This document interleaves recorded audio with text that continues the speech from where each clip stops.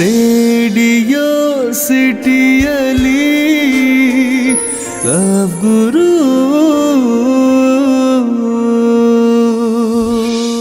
ಅವತ್ತಿನ ದಿನ ಆ ರೂಮಲ್ಲಿ ಮೀರಾ ಅಳ್ತಾ ಇದ್ಲು ಒಬ್ಳೆ. ಅವಳ ಆ ಅಳುವಿಗೆ, ದುಃಖಕ್ಕೆ ಸಾಕಷ್ಟು ನೋವುಗಳಿತ್ತು. ಅವಳಿಗೆ ತಾಯಿ ಇರಲಿಲ್ಲ. ಆ ತಾಯಿ ಇರದ ಅವಳ ಜೀವನ ಈ ಗಾಳಿಲಿ ದೀಪ ಇಟ್ಟರೆ ಹೇಗಿರುತ್ತೆ ಹಾಗಿತ್ತು. ಜೀವನದ ಒಂದು ತಿರು ಪಡಿತಕ್ಕಂಥ ಆ ಹದಿಹರೆಯದ ವಯಸ್ಸು ಅವಳದು. ಅವರ ತಾಯಿ ಇದ್ದಕ್ಕಿದ್ದಂಗೆ ತೀರ್ಕೊಂಡಾಗ ಆ ಮೀರಾಗೆ ಮುಂದೆ ಏನು ಜೀವನನೇ ಅಂತ ಏನು ಮಾಡಬೇಕು ಅಂತಲೇ ಗೊತ್ತಿರಲಿಲ್ಲ.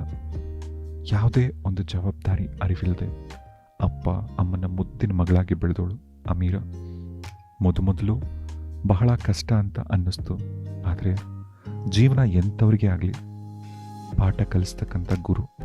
ಆ ಗುರು ಅವಳಿಗೆ ಪಾಠ ಆರಂಭಿಸಿದಾಗ ಶ್ರದ್ಧೆಯಿಂದ ಎಲ್ಲನೂ ಕೂಡ ಕಲಿತಳು. ಪೂರ್ಣ ಮನೆಯನ್ನು, ಅವರ ತಂದೆನ ಆರಾಮವಾಗಿ ಹ್ಯಾಂಡಲ್ ಮಾಡ್ತಿದ್ಲು ಅವಳು. ಅಂಥ ಸಾಮರ್ಥ್ಯ ಅವಳಿಗಿತ್ತು.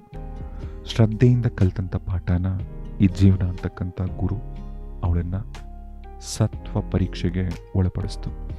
ಅಂದರೆ ತುಂಬ ಸಂದರ್ಭಗಳಲ್ಲಿ ಈಗ ಸಂತೋಷವಾಗಿ ಬೆಳೆದಂಥ ಮಕ್ಕಳು ತಂದೆ ತಾಯಿ ಯಾವುದೇ ಥರದ ಕಷ್ಟ ತೋರಿಸಿರಲ್ಲ.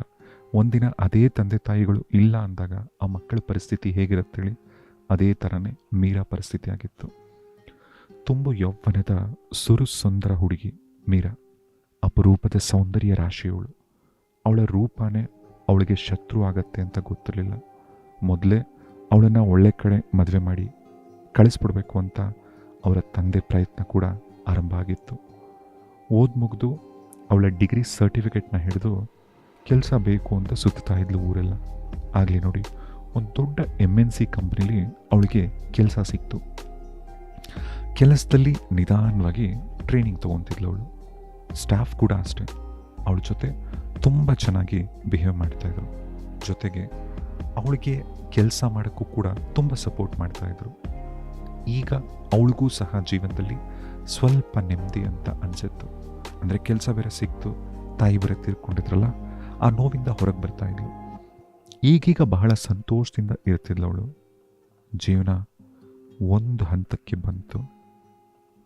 ಏನೋ ನೆಮ್ಮದಿಯಾಗಿರ್ಬೋದು ಅಂತ ಅವಳು ಅಂದ್ಕೊಂಡಿದ್ಲು. ಆದರೆ ಅವಳ ಸಂತೋಷನ ಕಂಡಂಥ ಅವಳ ತಂದೆಗೂ ಕೂಡ ಏನೋ ಒಂಥರ ನೆಮ್ಮದಿ ಸಿಕ್ಕಿತ್ತು. ಇಷ್ಟು ದಿನ ಭಾರವಾಗಿದ್ದಂಥ ಜೀವನ ತಂದೆ ಮಗಳಿಗೆ ತುಂಬಾ ಹಗುರ ಅಂತ ಅನ್ಸಕ್ಕೆ ಶುರು ಆಯಿತು. ಅವತ್ತು ಅವಳು ಆಫೀಸಿಗೆ ಬಂದಾಗ, ಅಂದರೆ ಒಂದು 15-20 ನಿಮಿಷ ಲೇಟಾಗಿ ಬಂದಳು. ನೋಡಿದ್ರೆ ಆಫೀಸ್ ಪೂರ ಖಾಲಿ ಇತ್ತು. ಏನಿವತ್ತು ಆಫೀಸ್ ಏನಾದರೂ ರಜಾನ ಅಂತ ಅವಳು ಅನ್ಕೋತಿದ್ಲು. ಆಗಲೇ ಆಫೀಸ್ ಬಾಯ್ ರಂಗ ಕಾಣಿಸ್ತ. ಏ ರಂಗ, ಬಾರೋ ಇಲ್ಲಿ ಅಂತ ಕರೆದ್ಲು. ಅವನು ಬಂದ. ಏನೋ ರಂಗ, ಯಾರೂ ಆಫೀಸಲ್ಲಿ ಕಾಣಿಸ್ತಿಲ್ಲ ಅಂತ ಅಂದಿದ್ದಕ್ಕೆ ಆವಾಗ ಅವನಂದ, ಅಕ್ಕ, ಇವತ್ತು ಚೇರ್ಮನ್ ಅವರು, ಅದೇ ಹೊಸ CEO ಅವರು ಆಫೀಸ್ ಇನ್ಚಾರ್ಜ್ ತೊಗೊತಾರಂದರೆ ಇವತ್ತು.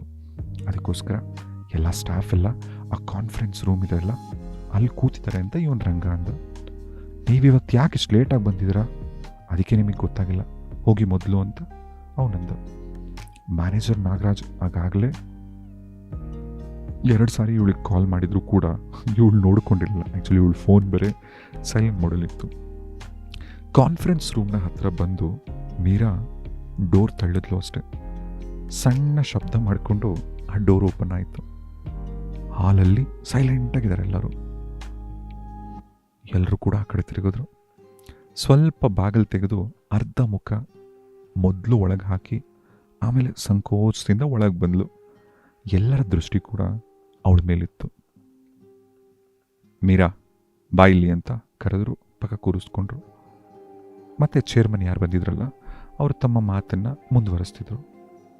ಮೀರಾ ಆ ಕಡೆ ಗಮನ ಹರಿಸಿದಾಗ ವೇದಿಕೆ ಮೇಲೆ, ಅಂದರೆ ಅಲ್ಲಿ ಆ CEO ಪಕ್ಕದಲ್ಲಿ ಒಂದು ಹುಡುಗ ಅವಳ ಕಡೆ ಗುರಾಯಿಸ್ಕೊಂಡು ನೋಡ್ತಿದ್ದ.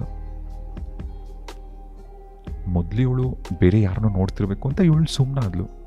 ಆದರೆ ಈ ಚೇರ್ಮನ್ ಇದ್ರಲ್ಲ ಶ್ರೀವಾಸ್ತವ್, ಅವರು ಇಷ್ಟು ದಿನ ನನಗೆ ಯಾವುದೇ ರೀತಿಯಲ್ಲಿ ಕಂಪ್ನಿ ಎಲ್ಲ ಕೆಲಸಗಳಲ್ಲೂ ಸಹಕರಿಸಿರೋ ಅದೇ ಥರ ಈಗ ಹೊಸ CEO ಕೂಡ ಎಲ್ಲರ ಜೊತೆ ಇದೇ ಥರ ಕೋಆಪ್ರೇಟ್ ಮಾಡಬೇಕು ಅಂತ ಏನೋ ಭಾಷಣ ಮಾತಾಡ್ತಾ ಇದ್ರು. ಎಲ್ಲರೂ ಸುಮ್ಮನೆ ಕೇಳ್ತಾ ಇದ್ರು. ಈ ಹೊಸ CEO ಅವನ ಹೆಸರು ವಂಶಿ ಅಂತ. ಅವನು ಅಂತ ಅನೌನ್ಸ್ ಮಾಡಿದ ತಕ್ಷಣ ಯಾವ ಹುಡುಗ ಆದರೆ ಇವಳ ಕಡೆ ಗುರಾಯಿಸ್ತಾ ಇದ್ದ ಅವನೇ ಹೊಸ CEO. ಅಲ್ಲದೆ ಮ್ಯಾನೇಜರ್ ನಾಗರಾಜ್ ಬೇರೆ ನಮ್ಮ ಕಂಪ್ನಿಗೆ ಎಷ್ಟೋ ಜನ ಹೊಸಬ್ರು ಜಾಯಿನ್ ಆಗಿದ್ದಾರೆ, ಎಲ್ಲರ ಜೊತೆ ಬೇರೆ ಚೆನ್ನಾಗಿರಬೇಕು ಅಂತ ಇವರು ಏನೇನೋ ಮಾತಾಡ್ತಾ ಇದ್ರು. ಆಗ ಆ ಹೊಸ CEO ಯಾರಿದ್ದ ವಂಶಿ, ಅವನು ಇಂಜಿನಿಯರಿಂಗ್ನ ಲಂಡನಲ್ಲಿ ಮುಗಿಸ್ಕೊಂಬಂದು ಆಮೇಲೆ MTech ಕೂಡ ಅಲ್ಲೇ ಮುಗಿಸಿ ಅವನು ಬಂದಿದ್ದಾನೆ ಅಂತೆಲ್ಲ ಅವನ ಬಗ್ಗೆ ಏನೋ ಇಂಟ್ರಡಕ್ಷನ್ ಕೊಡ್ತಾಯಿದ್ರು. ಎಲ್ಲರೂ ಜೋರಾಗಿ ಚಪ್ಪಾಳೆ ತಟ್ತಾಯಿದ್ರು ಅವನಿಗೆ. ಅವನು ಕೂಡ ಮಾತಾಡೋಕ್ಕೆ ಶುರು ಮಾಡ್ದ. ನಾನು ನಮ್ಮ ತಂದೆಯವರ ಮಾರ್ಗದರ್ಶನ ಹಾಗೂ ನಿಮ್ಮೆಲ್ಲರ ಸಂಪೂರ್ಣ ಸಹಕಾರ ನನ್ನ ಜೊತೆ ಇದ್ದರೆ ಸಾಕು, ನಾನು ಈ ಕಂಪ್ನಿನ ಚೆನ್ನಾಗಿ ಮುನ್ನಡೆಸ್ಕೊಂಡು ಹೋಗ್ತೀನಿ ಅಂತ ಮಾತಾಡ್ತಾ ಎಲ್ಲರಿಗೂ ನಮಸ್ಕಾರ ಮಾಡ್ದ. ಇದ್ರ ಮಧ್ಯೆನೇ ಅವನ ದೃಷ್ಟಿ ಪದೇ ಪದೇ ಆ ಮೀರಾನ ನೋಡ್ತಾ ಇತ್ತು. ಅದರಲ್ಲಿ ಗುರಾಯಿಸ್ತಾ ಇದ್ದ ಆ್ಯಕ್ಚುಲಿ ಮೀರಾನ್ ನೋಡ್ತಾ. ಇವ್ರು ನನ್ನನ್ನು ಮಾತ್ರ ಹಿಂಗೆ ಕೋಪದಲ್ಲಿ ನೋಡ್ತಾ ಇದ್ದಾರ ಅಥವಾ ಎಲ್ಲರ ಜೊತೆ ಹಿಂಗೆ ಗುರಾಯಿಸ್ತಾರ ಅಂತ ಅವಳು ಯೋಚನೆ ಮಾಡೋಕ್ಕೆ ಶುರು ಮಾಡಿದ್ಲು. ಆಮೇಲೆ ಆ ಹೊಸ CEO ವಂಶಿ ಯಾರಿದ್ದ ಅವನು ಮ್ಯಾನೇಜರ್, ಅದೇ ಅವ್ರ ಮ್ಯಾನೇಜರ್ ನಾಗರಾಜಿಂದ ಆ ಕಂಪ್ಲೀಟ್ ಡೀಟೇಲ್ಸ್ನ ತರಿಸ್ಕೊಂಡು, ಅಂದರೆ ಮೀರಾ ಬಗ್ಗೆ ಯಾರೀ ಮೀರಾ ಏನು ಅಂತೆಲ್ಲ ಇನ್ಫಾರ್ಮೇಷನ್ನ ಪಡ್ಕೊಂಡು ಆ ಮೀಟಿಂಗ್ ಮುಗೀತಿದ್ದಂಗೆ ತಕ್ಷಣ ಮ್ಯಾನೇಜರ್ಗೆ ಹೇಳ್ದ, ಆ ಹುಡುಗಿ ಮೀರಾನ ಕಳಿಸ್ಕೊಡಿ ನನ್ನ ಕ್ಯಾಬಿನ್ಗೆ ಅಂತ. ಸೀದಾ ಮ್ಯಾನೇಜರ್ ಬಂದು ಮೀರಾಗೆ ಹೇಳ್ದ ಈ ವಿಚಾರ. ಆಮೇಲೆ ಮ್ಯಾನೇಜರ್ ಹೇಳಿದ್ದು, ಹೊಸ ಬಾಸ್ ನಿನ್ನ ಕರೀತಾ ಇದ್ದಾರೆ ಹೋಗಮ್ಮ ಅಂತ. ಅವಳು ಕೇಳಿದ್ಲು, ಯಾಕೆ ಸರ್, ನಾನು ಲೇಟಾಗಿ ಬಂದೆ ಅಂತ ಏನಾದರೂ ಪನಿಷ್ಮೆಂಟ್ ಕೊಡೋಕ್ಕ ಅಥವಾ ನನ್ನೇನಾದರೂ ಕೆಲಸದಿಂದ ತೆಗೆದಾಕ್ತಾರ ಸರ್, ಏನು ಸರ್ ಇದು ಅಂತ ಅವಳು ಅಂದ್ಲು. ಆಗ ಮ್ಯಾನೇಜರ್ ಅಂದ, ನಾಗರಾಜ್, ಇಲ್ಲಮ್ಮ ಹಾಗೆಲ್ಲ ಏನೂ ಇಲ್ಲ, ನೀನು ಅದೆಲ್ಲ ಏನು ಯೋಚನೆ ಮಾಡಬೇಡ. ಅಂದರೆ ಇವ್ರು ಹೊಸದಾಗಿ CEO ಆದ್ರಲ್ಲ, ಮೋಸ್ಟ್ಲಿ ಎಲ್ಲರ ಬಗ್ಗೆ ಒಬ್ಬೊಬ್ರ ಬಗ್ಗೆನೇ ತಿಳ್ಕೊಳಕ್ಕೆ ಪ್ರಯತ್ನ ಪಡ್ತಾರೆ ಅಷ್ಟೇ, ನೀನೇನು ಟೆನ್ಷನ್ ತೊಗೊಂಬೇಡ ಅಂತ. ಸೀದಾ ಅವಳು ಅಲ್ಲಿಂದ ಬಂದ್ಲು ಆ ಹೊಸ CEO ಕ್ಯಾಬಿನ್ಗೆ. ಮೈ ಕಮಿನ್ ಸರ್ ಅಂತ ಇವಳು ಅಂದ್ಲು. ಎಸ್ ಕಮಿನ್ ಅಂತ ಅವನಂದ. ಸೀದಾ ಅವ್ರ ಕ್ಯಾಬಿನಿಗೆ ಹೋಗಿ ಕೂತ್ಕೊಂಡ್ಳು.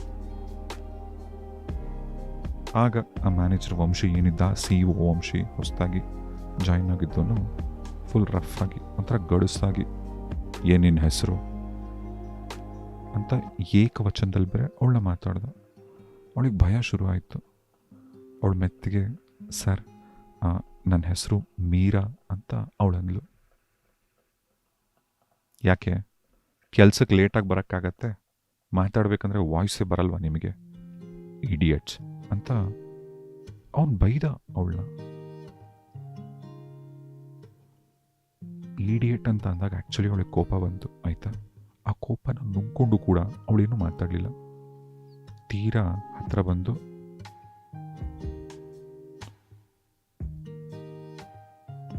ಅವಳ ಮುಖ ನೋಡಿ ಗುರಾಯಿಸ್ತ, ತಗೋ ಈ ಪೇಪರ್ಸ್ಗೆ ಸೈನ್ ಮಾಡು ಅಂತ ಅವಳ ಮುಂದೆ ಒಂದಷ್ಟು ಪೇಪರ್ಸ್ ಹಾಕ್ತಾ.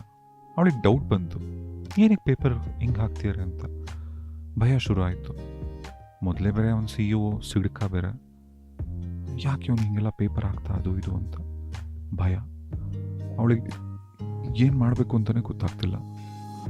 ಆ್ಯಕ್ಚುಲಿ ಅವ್ನು ಕೊಟ್ಟಂಥ ಪೇಪರ್ಸ್ ಏನು ಅಂದರೆ, ಹೊಸದಾಗಿ ಯಾರ್ಯಾರೆಲ್ಲ ಕಂಪ್ನಿಗೆ ಜಾಯ್ನ್ ಆಗಿದ್ರು ಅವ್ರುಗಳಿಗೆಲ್ಲ 4 ತಿಂಗಳು ಅಗ್ರಿಮೆಂಟ್. ಆ 4 ತಿಂಗಳಲ್ಲಿ ಅವ್ರು ಚೆನ್ನಾಗಿ ಪರ್ಫಾರ್ಮ್ ಮಾಡಬೇಕು, ಮಾಡಲಿಲ್ಲ ಅಂದರೆ ಅವ್ರನ್ನ ಕೆಲಸದಿಂದ ತೆಗೆದುಬಿಡ್ತಕ್ಕಂಥ ಅಗ್ರಿಮೆಂಟ್ ಅದು ಹಾಕಿತ್ತು. ಪಾಪ ಇವಳಿಗೆ ಕೆಲಸದ ಅವಶ್ಯಕತೆ ಇತ್ತು. ಆ ಫಸ್ಟ್ ಇಂಪ್ರೆಷನ್ ಆ CEOಗೆ, ಆ ವಂಶಿಗೆ ಏನು ಅನ್ನಿಸ್ತೋ ಗೊತ್ತಿಲ್ಲ, ಈ ಮೀರಾ ಮೇಲೆ ಫಸ್ಟೇ ಅಗ್ರಿಮೆಂಟ್ ಇಟ್ಟ. ಅವಳು ಒಪ್ಕೊಂಡು ಸೈನ್ ಮಾಡಿ ಬಂದಳು. ಮನೆಗೆ ಬಂದಮೇಲೂ ಕೂಡ ಅದ್ರ ಬಗ್ಗೆನೇ ಯೋಚನೆ ಮಾಡ್ತಾಯಿದ್ಲು. ನನ್ನೇನಾದರೂ ಕೆಲಸದಿಂದ ತೆಗೆದಾಕ್ಬಿಟ್ರೆ ಏನಾಗ್ಬೇಡ ನನ್ನ ಪರಿಸ್ಥಿತಿ, ಅದು ಇದು ಅಂತೆಲ್ಲ. ಅದು ಆದಮೇಲೆ ಮಾರನೇ ದಿನದಿಂದ ಕೆಲಸಕ್ಕೆ ಪ್ರತಿದಿನ ಅರ್ಧ ಗಂಟೆ ಮುಂಚೆ ಬರ್ತಿದ್ಲು. ಆಫೀಸ್ ಕೆಲಸ ಮುಗಿದ್ಮೇಲೆ ಕೂಡ ಅರ್ಧ ಗಂಟೆ ಲೇಟಾಗಿ ಹೋಗ್ತಿದ್ಲು. 4 ತಿಂಗಳಲ್ಲಿ ಎಷ್ಟು ಕಷ್ಟಪಟ್ಟಳು ಅಂದರೆ ಅವಳು ಕೊನೆಗೆ ಅವಳು ಪಟ್ಟಂಥ ಆ ಶ್ರಮ ಏನಿತ್ತು ಇದನ್ನು ನೋಡೇ ಆ CEO ವಂಶಿಗೆ ಇವಳ ಮೇಲೆ ಪ್ರೀತಿ ಶುರು ಆಯಿತು. ಕೊನೆಗೆ ಒಂದಿನ ಅವಳ ಬರ್ತ್ಡೇ, ಜನವರಿ 30ನೇ ತಾರೀಕು. ಬರ್ತ್ಡೇ ದಿನ ಅವನ ಕ್ಯಾಬಿನ್ಗೆ ಇವಳನ್ನ ಬರಕ್ಕೆ ಹೇಳ್ದ. ಅವಳು ಬಂದಳು. ಬರ್ತ್ಡೇನ ಒಂದು ರೆಡ್ ಕಲರ್ ಸೀರೆ ಉಟ್ಕೊಂಬಂದಿದ್ಲು ಅವಳು. ಅವನು ಬೊಕ್ಕೆ ತರಿಸಿ ಕ್ಯಾಬಿನಲ್ಲಿ ಯಾರೂ ಇಲ್ದಾಗ ಅಲ್ಲಿ ಕೇಕ್ ಕೂಡ ಕಟ್ ಮಾಡಿಸ್ದ. ಆಗ ಆ್ಯಕ್ಚುಲಿ ಗೊತ್ತಾಯಿತು ಅವನು ಇವಳನ್ನ ಪ್ರೀತಿಸ್ತಿದ್ದಾನೆ ಅಂತ. ಅವನೇನು ಬಾಯ್ಬಿಟ್ಟು ಹೇಳಲಿಲ್ಲ, ಆದರೆ ಅವಳಿಗೆ ಅನುಮಾನ ಬಂತು, ಮೋಸ್ಟ್ಲಿ ನಾನು ತುಂಬ ಇಷ್ಟ ಆಗಿದ್ದೀನಿ ಅಂತ. ಅದು ಆದಮೇಲೆ ಅವನು ಯಾವತ್ತೂ ಅವಳಿಗೆ ಐ ಲವ್ ಯು ಅಂತ ಹೇಳಲೇ ಇಲ್ಲ, ಆದರೆ ಅವಳನ್ನು ತುಂಬ ಇಷ್ಟಪಡ್ತಾ ಇದ್ದ.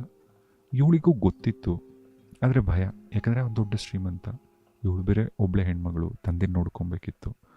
ಪ್ರತಿದಿನ ಅವರ ಜೆ ಪಿ ನಗರ್ ಮನೆ ಹತ್ರ ಇವನೇ ಹೋಗಿ ಡ್ರಾಪ್ ಮಾಡ್ತಿದ್ದ.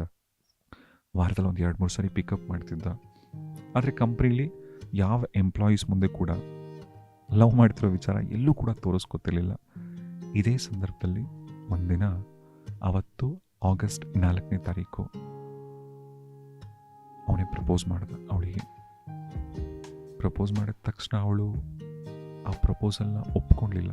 1 ವಾರ ಟೈಮ್ ಕೇಳಿದ್ಲು.